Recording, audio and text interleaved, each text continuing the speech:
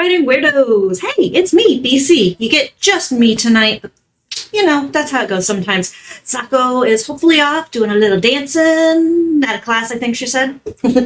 So we are going to do some writing sprints tonight, you know, just productivity sprints, probably 20 minutes at a time. We'll chat in between. I am going to show you the document I am working on, which is the sequel to the book that Sako and I wrote together here on YouTube, all online, 2 years ago. I think we started writing it technically 3 years ago. We published it 2 years ago. Anyway, it was called Flambeau. I've got a book around here somewhere, and I will find it, I promise. But we are working on the sequel at this time, which is called, tentatively titled Delphian, but we're pretty sure we're going with that. It is an urban fantasy story about, well, you know, what I do best. Monsters, magic, murder, supernatural stuff, you know, the usual. So, everybody, you have a chance now to get your water, because hydrate or die straight. Don't forget to pull up your document, save anything that you were working on previously. Go get yourself a snack, because we're going to get started in just a minute.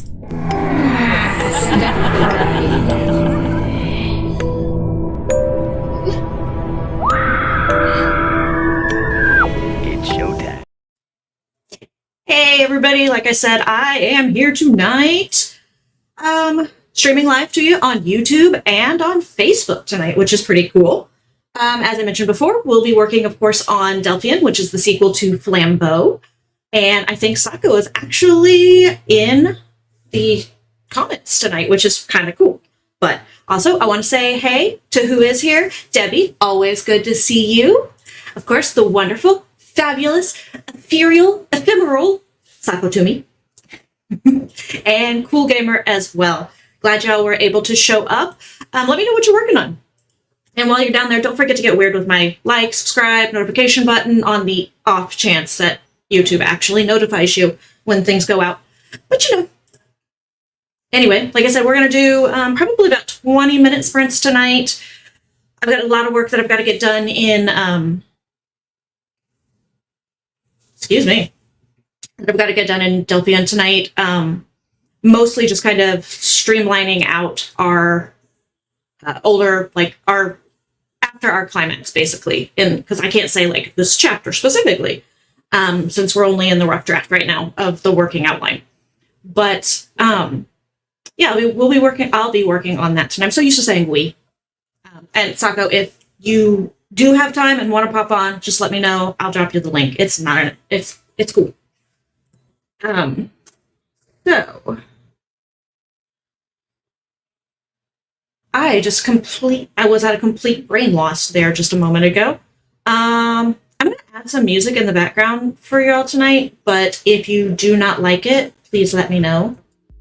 And then we can do something else. Timers, of course. Yeah, the timers I'm using tonight don't have any like sound effects or anything like that, so it'll just be me doing my usual beepy beeps until eventually I make one of those timers or something. Ooh. Working on the Wolf Moon script. Cool. Very cool. Glad to hear. I'm trying this new thing. I've got a green screen tonight. Trying like this whole green screen thing out, seeing if I like it. Y'all let me know what you think. It's not the best green screen in the world, but it should work. I think it should work just fine. So let's go ahead and jump on in to our very first productivity sprint, because I am feeling like if I don't write, I'm going to fall asleep. So I definitely need to write. Anyway. All right, y'all, we're going to get started. I'm going to go ahead and get the timer up on the stage. Oh, hey, and we're live. Go. Jeez, I'm such a moron.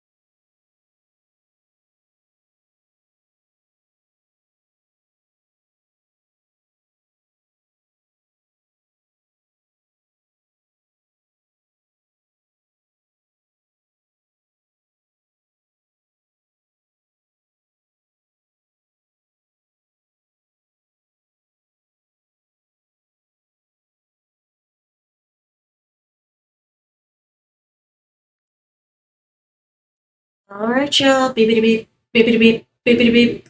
That is the end of the first sprint for tonight.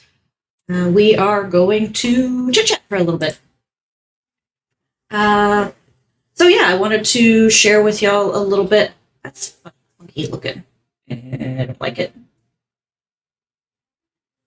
I mean, it would, if I just, there we go. If I just move like that, it'll be fine. Anyway. So yeah, I figured we'd chit chat for a little bit. I didn't count how many words I got. I'm sure it was not very many. I was going back through, making some notes for Sako, stuff like that in general. But the section I did start working on, I'll go ahead and show this. So the section I did go ahead and start working on, see if I can't zoom in a little bit. I do not know how well that's coming across. There we go. Was kind of our chapter 5 area, where this is basically the protagonist or protagonists, depending on how many you have, deciding they're going to proceed with whatever it is that they need to do following the inciting incident. Like the inciting incident and a little more information, especially in our case where Kyler, our seer, turned down this gig in the first place, didn't want anything to do with it. Got a little more information, saw some really terrible torture, and decided, yeah, they're going to help this person. So that's kind of where I was at, and what I do plan on doing. And hey, oh, what do you know? A word type program doesn't recognize something that I typed. That's not unusual. Anyway, so yeah, that's the section that I'm working on currently. It's not like a huge section or anything like that. It's just kind of a small section. Well, actually, it is kind of a big section because I have to drop a lot of lore into it. So I had to do, for this particular section, Sako and I decided that we really wanted to include vampires in this story. So I've had to go back and do quite a bit of digging to figure out. We had to kind of create some of our own lore from the beginning to make it mesh and make it kind of work with our storyline and with the whole heaven and hell thing that we have going on. But we wanted to make sure we still were using, some of the standard lore that's out there. We don't want to just throw something at everyone. I mean, I don't mind just throwing stuff at people, but that's just like, what the hell are they talking about now? There's no lore to that anywhere. So I had to go back and do like a little bit of research and figure out how I could like mold it and shape it into what we needed. Which when I do that, I keep a running list of like links to different sites where I get my lore. That way I can make sure I cite it properly if needed later. And then go in and kind of talk a little bit more about, or not talk, read a little bit more about what to include from those sections and how to wrap it around, like how it pertains to what we have in the outline, which I think I saved it to I may have to see if I saved it. I think I saved it to the Google file, the Drive file that Sako and I have been working out of. So for those of you who don't know, Sako and I have been co-authoring. We did the first book this way. We're doing the second book this way. We've been doing everything through Google Drive. I know there are people who have issues with Google Drive. Perfectly valid. I completely understand. But for our ease of use, it works for the two of us doing our co-authoring.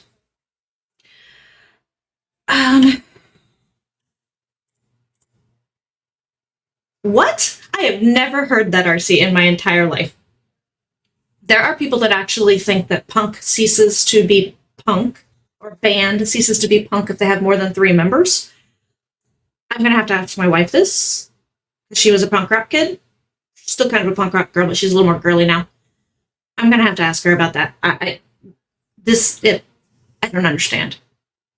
I mean, you could the more people on stage, the more kind of, I don't know, chaos it could be. I don't know. Yeah, and I agree with you, RC, that you don't have to have cilantro, you don't have to have onion in order to make it a taco. That's stupid. Everybody has what they like and what they don't like as far as food goes. So, and like myself personally, as I was saying in the comments, I'm one of those people that has that cilantro tastes like soap to me. gene or whatever it is that they say that it is. I want to like cilantro. I've tried to like cilantro. Nope, it's just disgusting to me. So I leave it off of pretty much everything. Every time we go out, anytime we order in for like Mexican food or any food that might have cilantro in it, because there are actually a lot of dishes that have cilantro in them, I have to have it left out. I have to order it without. But that's it. I miss a good taco. I can say that. Like a really, not other than homemade tacos, because my wife makes really good tacos. And I just ate one before the stream tonight. So, but I do miss really good tacos since moving to Portland. It is the biggest thing that I miss from Phoenix. Well, that and the much, much easier, like, actual streets and avenues. Like the setup of the grid in Phoenix is so easy to drive on most of the time. I mean, names change every 500 feet of what highway you're on or what street you're on. But other than that, it's pretty easy to navigate around. Portland, however, has the craziest streets I have run across in a very long time. And that's saying something, given the fact that I came from a city that's so old that we are pretty sure that a drunk man on a drunker horse actually designed the streets and like set up how they were going to be laid out. But that's neither here nor there. Anyway, here I am. I gotta kick back and get real comfy now. It's more than 5 minutes into anything I'm doing at a desk, so it means no feet on the ground anymore. I wanted to talk a little bit about what it's like writing a series, a fiction series of any kind. Now, with a caveat to that, the only fiction series I have written are epic fantasy, dark fantasy, urban fantasy, and paranormal mysteries. I've not written a series in anything else, romance, horror. I've not even play written, like tried writing them. But the reason I'm bringing it up, and I'm probably going to have to cut it short to go to the next sprint here in a few minutes, but see, we could do that. The reason I'm bringing it up is because this weekend, I could not bring myself to write this weekend. Like I couldn't get my head into Delphian, the sequel that Sako and I are doing. I just couldn't get my head into it. So I thought, okay, I'll just kick it to the back of my brain and I'll just do whatever. So I've been trying to adapt a dark fantasy series that it was actually the first book I had published. I use that term very loosely because it was definitely not a publisher that I went through. It was a vanity press. It was a scam. It was a scheme. I got had. I was younger. Whatever. We all have those stories. So I've been trying to readapt it over the years to make it better because I was kind of a shitty writer at that time. Okay. I wasn't a shitty writer. I am just a better writer now. More experienced writer now. But the reason I wanted to talk about it is about what it's kind of like trying to think about the book that you are working on, the piece that you are currently writing, and also making it work within the span of however many books that you think you're going to need in order to tell that story. Because there are some stories that you get in your head once you start brainstorming, you realize they are not going to be a single story. They're not going to be a single book, especially when it comes to fantasy or sci-fi a lot of times, because they tend to be more epic in length. So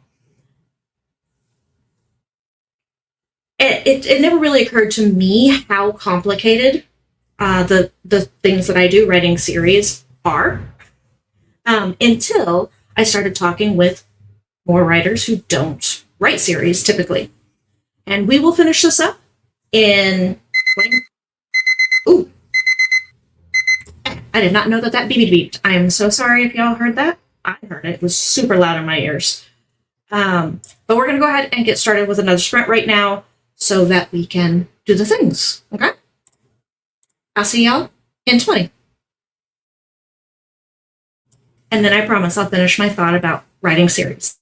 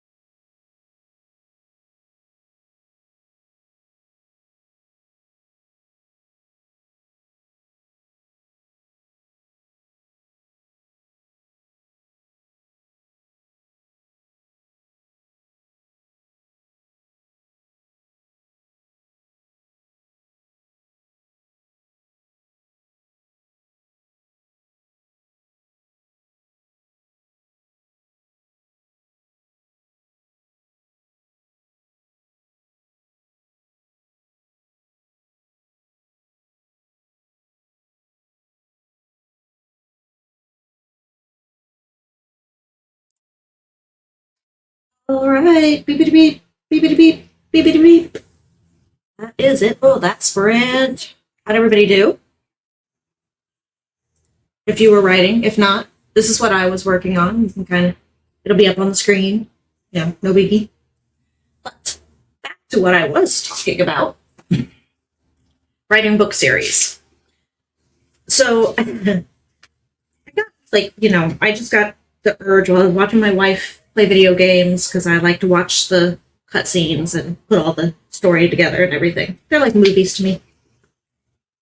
I decided, okay, well, I was going to start working backwards for the series plots and what the overarching thing was going to be, which, if some of you may be familiar with working backwards, where you literally write what you want to happen at the end of the book to be like your big climactic moment.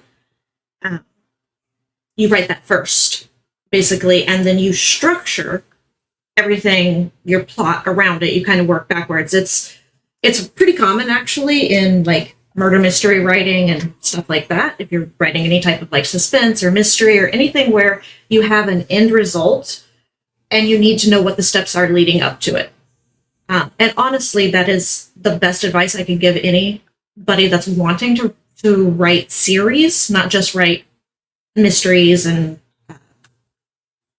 thrillers and suspense and horror, things like that, but to, if you're wanting specifically to write book series, to know what you want your ending to be. And it can be something really elaborate, like you want peace in the realm of the kingdom that has been at war for the entire book series, and the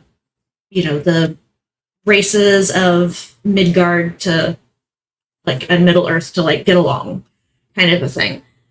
Or it can be something as knowing what you want your protagonist or protagonists to do in the opening, or not in the opening, at the very end of the book as the huge climactic moment. It's like, it's like your jaw dropper moment, your money shot, whatever it is that you want to call it.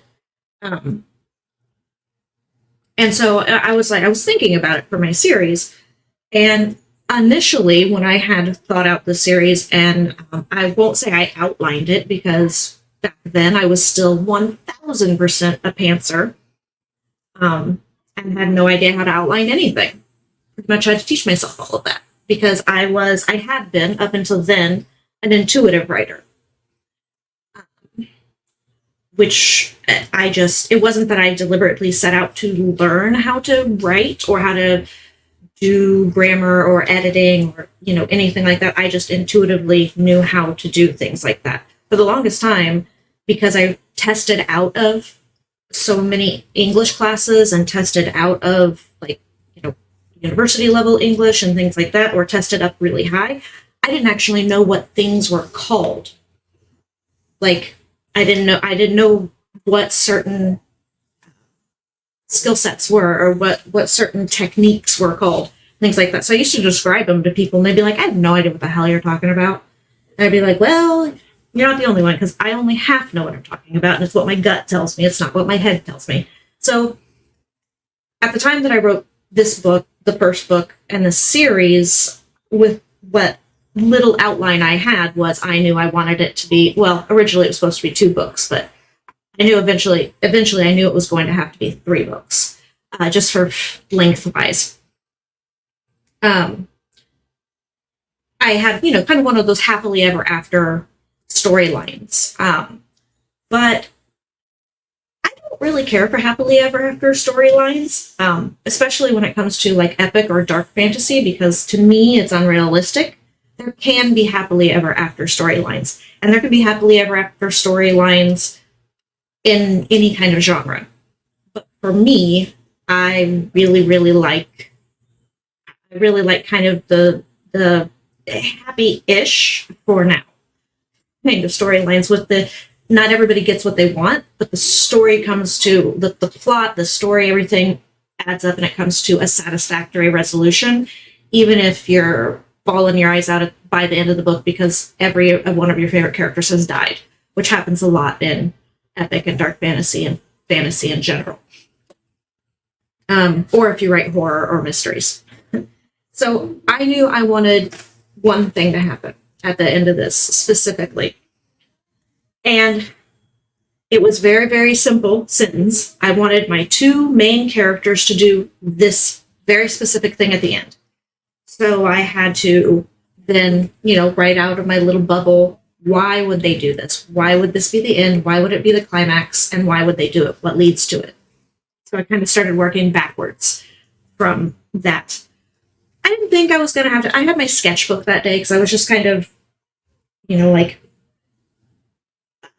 sort of sketching while my wife played video games. But, I thought, I'm just going to jot something down real quick. I'll just jot it down real quick on this page. It ended up being a lot. This is how I brainstorm. For those that are interested in seeing, oops, stupid green screen for that, but, I brainstorm all over the place with pure ADHD. Of course, it has to be color-coded, so I can go back to it later, but I didn't have just that one page. Here is another page, which then went into the backside of that page. I can get that on my camera somehow, some way. Can you see it? Nope. Okay. That sucks. But it ended up going into 8 pages, front and back, in my sketchbook with notes and sketches and drawings. And I even went for a geographic. I even drew a map. That sucks. Yeah. Whatever. I even drew a top. I needed to know the geography and the topography and where I was going to place things adjacent to, rivers. I needed to know climates and things like that as I was jotting things along and making notes on each culture and why they lived the way they did and why they worshipped the way they worship. And, you can get a lot of stuff, by the way. You can get a lot of world building out of the way pretty quickly if you just pluck one moment in history, specifically for your culture, whether they were oppressed or they were the oppressors or whether they created a utopian society or anything like that. You can get a lot of information if you pluck one momentous event in history for them, create one, and then focus everything else on and around the religion in the world. If there is any religion, I'm not saying that a world has to have it in it or even be mentioned, because I know a lot of people they don't want to talk about religion, and 2, it makes them uncomfortable. And I used to be that way for a while. Just like religion that wasn't a completely fictional religion. That was fine. Would just make me a little uncomfortable for a while. But I grew out of that. But if you could focus on all of that, that's going to tell you so much about everything. It's going to tell you what funerary practices there are. So that then leads to telling you where people lived based on how they bury each other, how they bury their dead. What do they send with them? Things like that. What type of technology level did they have? All sorts of interesting stuff. So that's another tip I can toss in there. But yeah, this ended up being 2.5 days that I just basically completely didn't really draw anything unless it was related to this idea or this concept of the story. And I got the overarching beats for the series. And I know that sounds weird, but you do have to have beats, just like you have to have beats for a single book or a single story. Even if you're writing a short story, it's a formula. It's a formula. There are things that you need to hit to make it enjoyable, and to deliver what people are expecting. But it was 2.5 days of, like I said, I just got the overall beats of the entire series, knowing what I have to hit in each book. And this is a trilogy, so it's, a 3-book series. I'm pretty sure, at least until I actually start writing. So So now I kind of have that, and I can hang the individual beats for each book off of those, of the series where things need to hit, which is, I don't know how to explain that, which really gets you really far along. Just having the overall series beats and knowing what needs to hit, in what order it needs to hit in order for it to make sense. It's a lot easier and quicker to start outlining at that point. I don't know if any of that made sense, but I think y'all know what I'm talking about. I've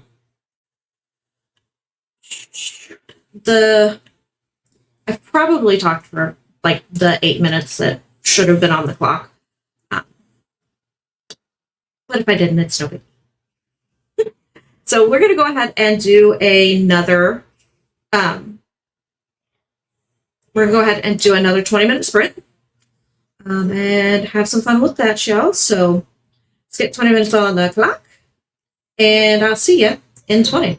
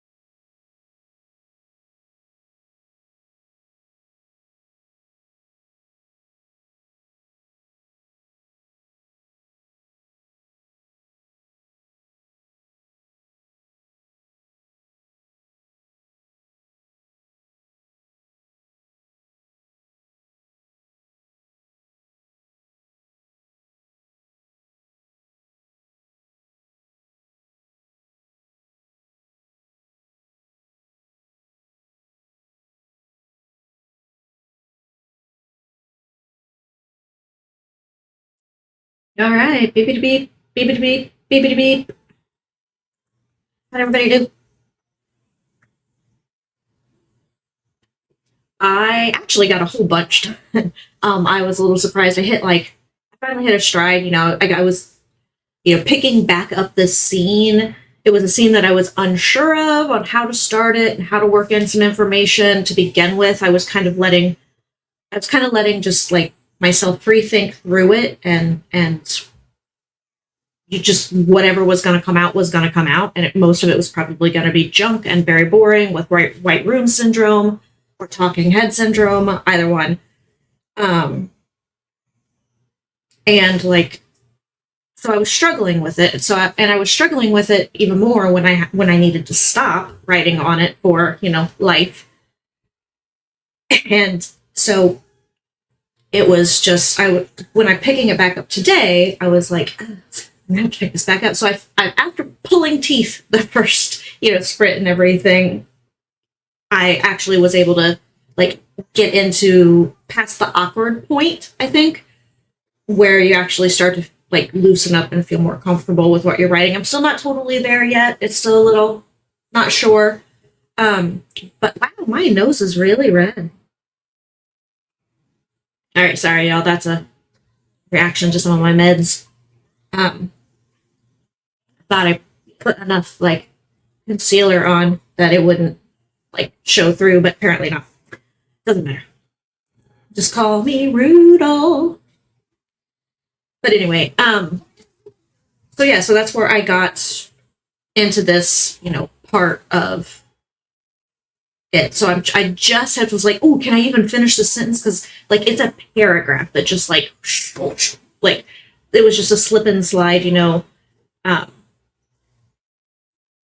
as soon as I sat down, I was just like, kind of one of those things. I don't know. But and what's cool about it is the way I think, I'm not gonna say yes for sure, but I think the way that I got into it and got out of the awkwardness of it was this particular paragraph, like actually references book 1, Flambeau.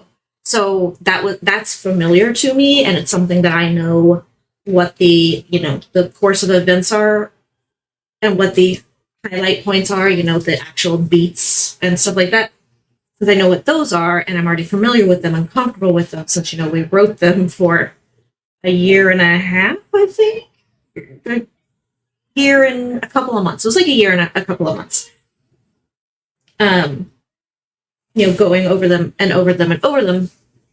This section is a little easier for, like slipping into. So I'm hoping it'll keep going at it, because this is a section where it's a bit of an exposition dump, but it's one of those necessary ones, and I'm going to keep it as short as possible, as dialogue-y as possible, because it literally is this person telling somebody something they do not know or don't know the whole story of. So it's one of those places where, everybody's like, oh, don't exposition dump, don't explain things about the world you don't need to explain. And this might seem like I'm explaining things about the world that I don't, that's not what I don't need to explain, but it's very pertinent. Like we're not going to, we reference the creation myth, we reference heaven and hell, we're referencing Lilith. So it's, something that we do have to like mention in here because it ties in heavily with the plot. So that's what that part is. So I'm glad that I hit that spot where I'm just like chill, and I think I can roll it and just be smooth going out of it. Or coming out of it and hopefully into some, rolling into the next thing. Yeah, so like I was talking about before with like the series and stuff, that's another way that you can build onto your that you can, trying to figure out how to word what I'm saying.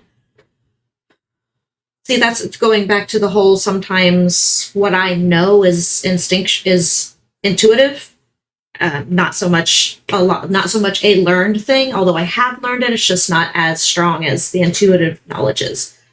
But going back to series, a way that you can make sure that you get your overarching, what your whole series beats are going to be laid out is by allowing yourself some leeway to pants a little bit, or free write, or whatever it is, where you just do like a huge brain dump of writing. It's every scene you can think of. It's every whatever. You gloss over anything that doesn't make sense. It's when you're trying to write as much as you possibly can, no matter how bad it sounds or looks, because you can edit it later, kind of a thing. And you will get some cool ideas down, and you will absolutely want to get hung up on places where you're struggling for that scene, or struggling to know what that Chase lounge looks like and what color it is and what era it came from, whatever it is that you need in that scene. But it's, that's where literally, and I do too, I still occasionally get to tap on my fingers and start to open a browser window, and I'm just like, I'm gonna go down the rabbit hole of all of a sudden needing to know everything there is to know about Chase lounges, or Shay lounges, however people pronounce it. But by stopping yourself and doing that, you can literally just stop yourself in the middle of a sentence and then pick right back up where you want it to go. I don't even worry about proper formatting or proper grammar or anything. I just go with it, and it's got as many typos in it as my fingers can do and my brain will willingly let stay. So you could do that, and then that allows you to you can skip from area to area. I ended up writing bits of scenes in just about each of the main outlines, like main beats of each book. I probably wrote at least, 5-6 paragraphs worth of some stuff, short paragraphs, because of course I was handwriting in a sketchbook, kind of a thing.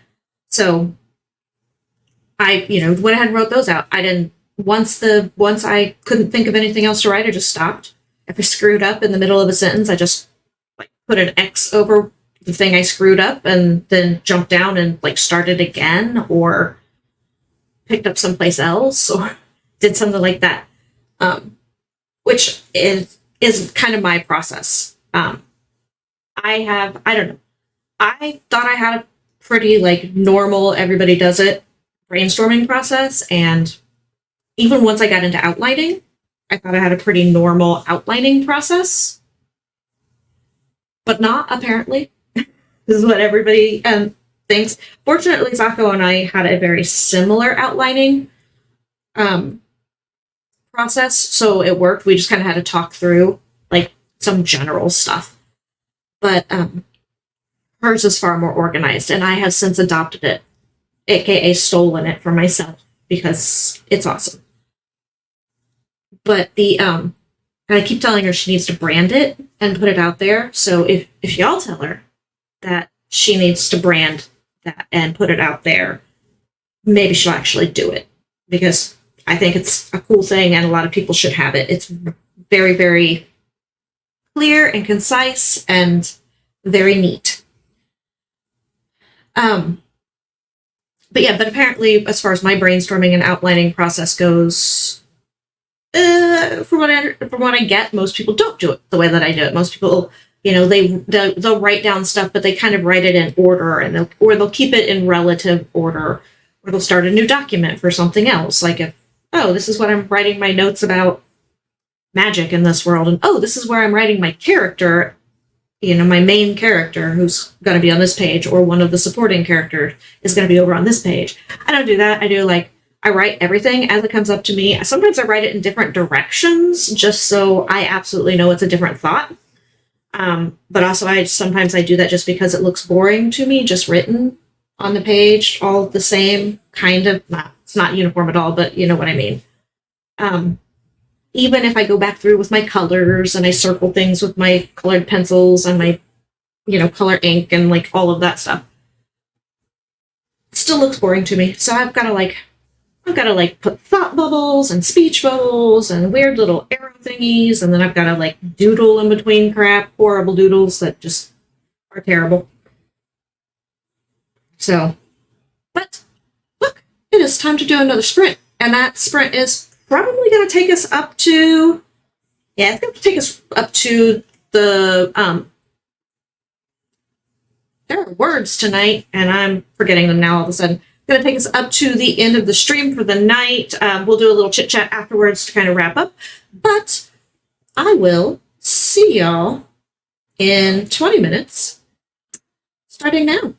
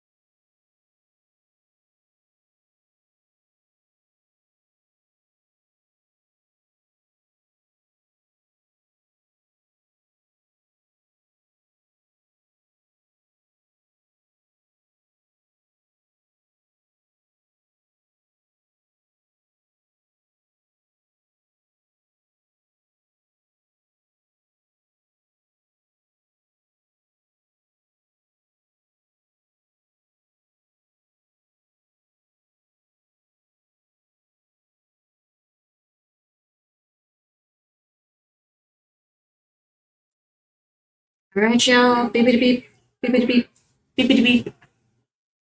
That is it for the first sprint. Okay. Let's try that again. That was it for the last sprint of the evening. I can't remember how many we did at this point. I think it was like 5, 6. Something like that. I don't know. No, we didn't do that many. We couldn't have done that many. Maybe it was like 4. 20 minutes each, 80 minutes. That sounds about right. Because we talked about 10 minutes. Well, we talked 8 minutes is what the timer was for, like in between each. But then there was 1 or 2 that I went over just a little bit. So yeah, anyway. I actually got quite a bit done. I got more into this section because it was just easy, it was just easy to get into once I had the ball rolling. And then right after this is all stuff that Sako and I have already gone over regarding the vampires and how they were, regarding the vampires and how they were created and what's the whole lore behind that, which the character here has to go into just a little bit, because it's very important later on when those that lore actually shows up in the story. So it's a bit of lore that has to be kind of dropped in a bit early, but does have to be done so that it's not so heavy-handed that a reader is just going to be like, we're going to see that person later. We're going to see this event is going to have a flashback or something tied directly to it that is the solution or whatever. So there's that, where you don't make it so heavy-handed that you do your reader a disservice and make it just too predictable later, but you have to have enough in there that you reference the things that you need to reference. Like last week, Sako and I were talking about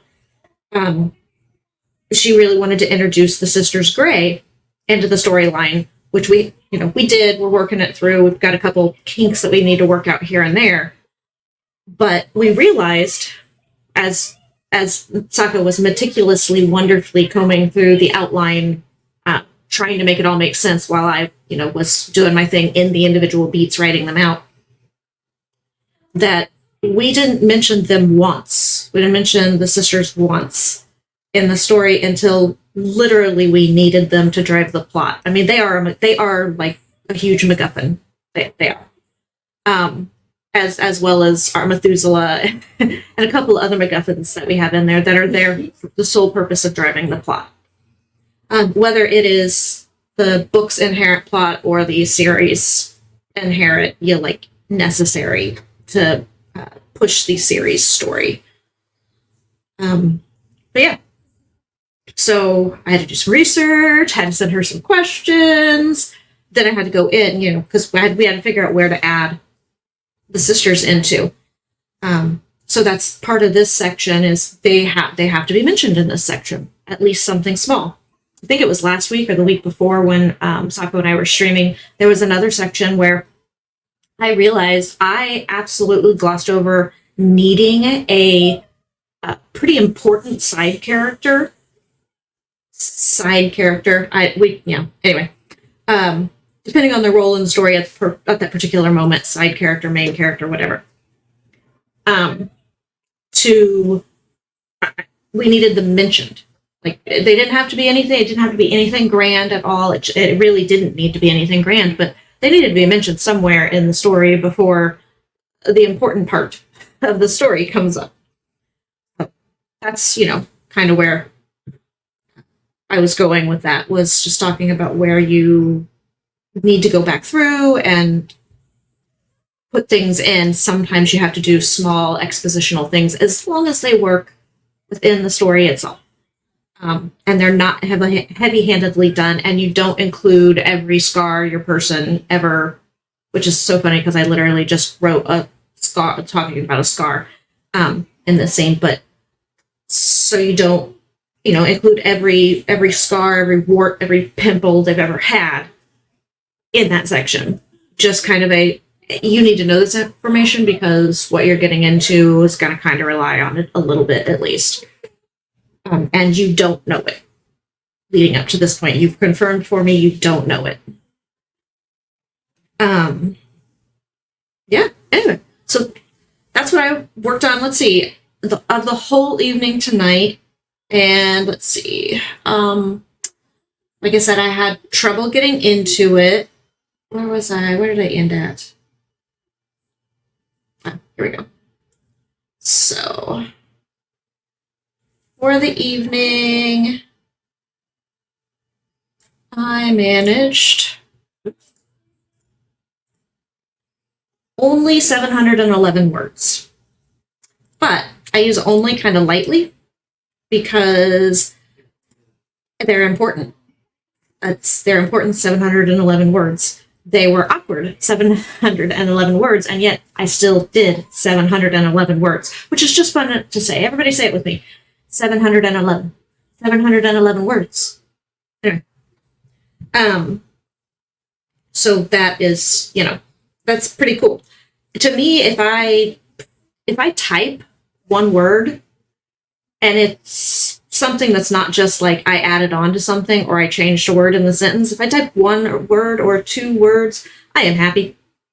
I'm very happy. As long as it's a complete thought. I mean, as long as it is a complete thought and it advances something, it gets me somewhere. That's where I'm at most of the time in my writing. Does it get me somewhere? Yes. Does it serve a purpose later?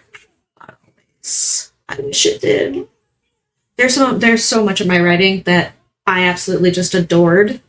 I still like it, even though some of it's a little rough and could, it could handle being tidied up just a little bit, cleaned up and made a little bit better. But it's still really, really solid, and it just hasn't been used for anything. It's been plucked out of its thing and set aside, and some of it's been repurposed, and most of it hasn't, because I have way too many decades of writing stuff that got cut out of things, or writing stuff that just was not good enough for anything else, but had great writing in it, or good parts in it, or good concepts that has just been pulled out and put aside.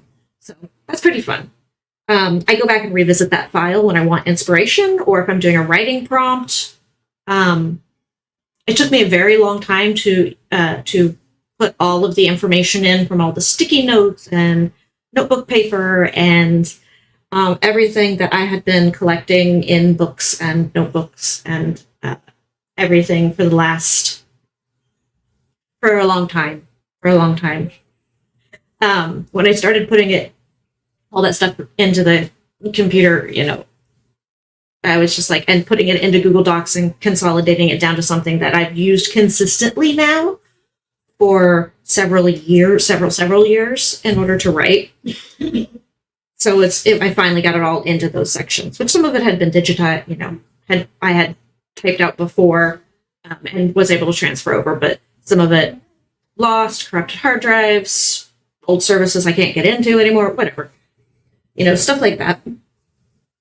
But I now have everything that I also keep backed up on an external hard drive. And then we also have our own home cloud that my wife set up. So we have that as well. Plus, I have my Apple cloud as well.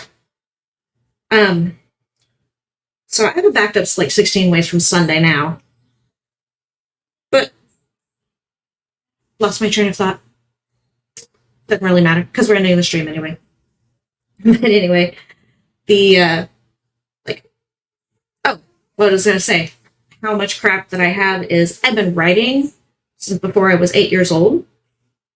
And when I was 8, I wrote my first, I considered it a novel, but it wasn't a novel, but I still thought it was pretty impressive because it was a novella. It was like 25, 30,000 words, something like that, handwritten as a kid, like as an 8-year-old. Took me a year to write that. I remember, because it took me from my birthday one summer to my birthday the next summer. I finished it like 4 or 5 days before my birthday the next summer. That's how I remember that. But it took a long time, and it's terrible, and nobody will ever read it. Well, I don't know. Maybe at some point when I'm drunk enough, high enough, I'll read it at some point, but yeah, whatever. Anyway, that's it for me tonight, writing weirdos. I am glad that you guys could come and see me and hang out with me a little bit. I know it's late where most folks are. I'm on that whole like on the Pacific Ocean thing, so it's early for me, and all my friends are that way as far as time zones go, for the most part. So most of my friends, it's been tomorrow already for a while, but the other ones are, just approaching tomorrow now. So for me, on the other hand, I have several hours, so I'm going to go watch my wife play video games and maybe draw. I might write a little bit more tonight, since I finally got over that awkward part. Might write it down until my steam runs out a little bit. Other than that, we should be back on Sako's channel next week, although she and I have been doing dual broadcasting. So when I'm on her channel, I'm streaming to mine, and when she's on my channel, she's streaming to hers. So it does look like we're on both channels. Either way, do us a favor. If you haven't yet done it tonight, please click like. It helps those algorithm gods or whatever. And there are more writers that just need more writers to be around, because we just need more writers to be around. And let me tell you, I love that BookTube and AuthorTube and Book Talk and Writer Talk and so much of Twitch are people that love books. It's like they're like the highest parts of the highest streaming. I know some of the highest communities. That's what I'm looking for on YouTube, which is pretty cool. I know it's pretty high up there on Twitch. I just don't know where. And TikTok it's fucking exploded on. So I love it. Anyway, but I just love this. Some of the highest things that get searched for and that people want, highest niches. That's what I'm looking for, niches. So anyway, my writing weirdos, I will see you next week on Sako's channel. And then, of course, I'll be back on mine too. So just come and see us on Tuesdays, 9 p.m. Hit our likes, get weird with our buttons, do the subscribe and notification thingy for both Sako and myself. Please, pretty please. Helps us both out a little bit, and make sure that you get told when we're live so you can come and chat and ask us questions. Otherwise, we will see you next week, and we'll probably be writing more on Delphian. Night, y'all.